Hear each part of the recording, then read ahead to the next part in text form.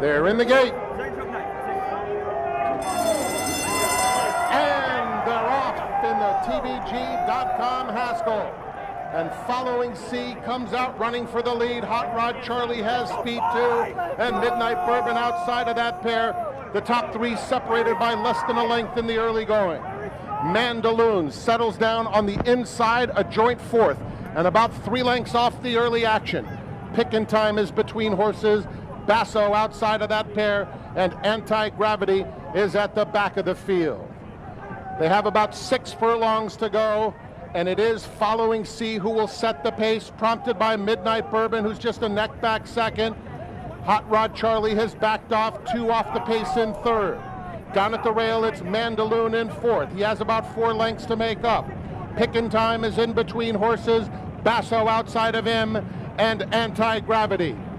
They're heading to the half-mile pole in the TVG.com Haskell. Following C and Joel Rosario lead the way by a half length. Midnight Bourbon has been keeping him company.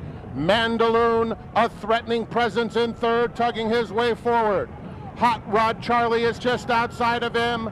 And then it's a gap of 4 lengths to Basso on the outside of Pickin' Time and Anti-Gravity. The new leader is Midnight Bourbon with a 1/4 mile to go, confronted by Hot Rod Charlie on the outside. Mandaloun pink cap, Following C at the rail. Here comes Hot Rod Charlie unleashed, and Mandaloun comes through with a smart move, and these two will fight it out. Hot Rod Charlie, taking and losing the rider was Midnight Bourbon in mid-stretch.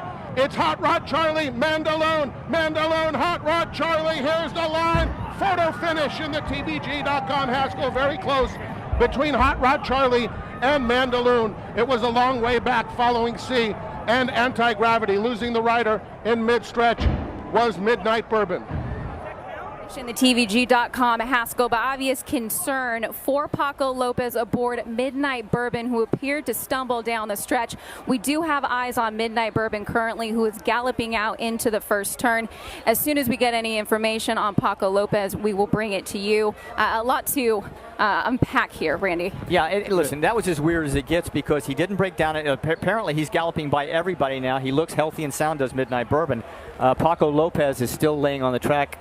He's obviously injured in some capacity, but I don't think it was caused by anything other than Midnight Bourbon misstepping through the stretch. But, you know, to the winner, I don't know who it was yet. Mandaloun came back on Hot Rod Charlie, who appeared to be on his way to victory, leaving the 8th pole. As we look at Paco Lopez on the ground, you can see being attended to by the EMTs here. Paco Lopez dropped from Midnight Bourbon down the stretch. You do see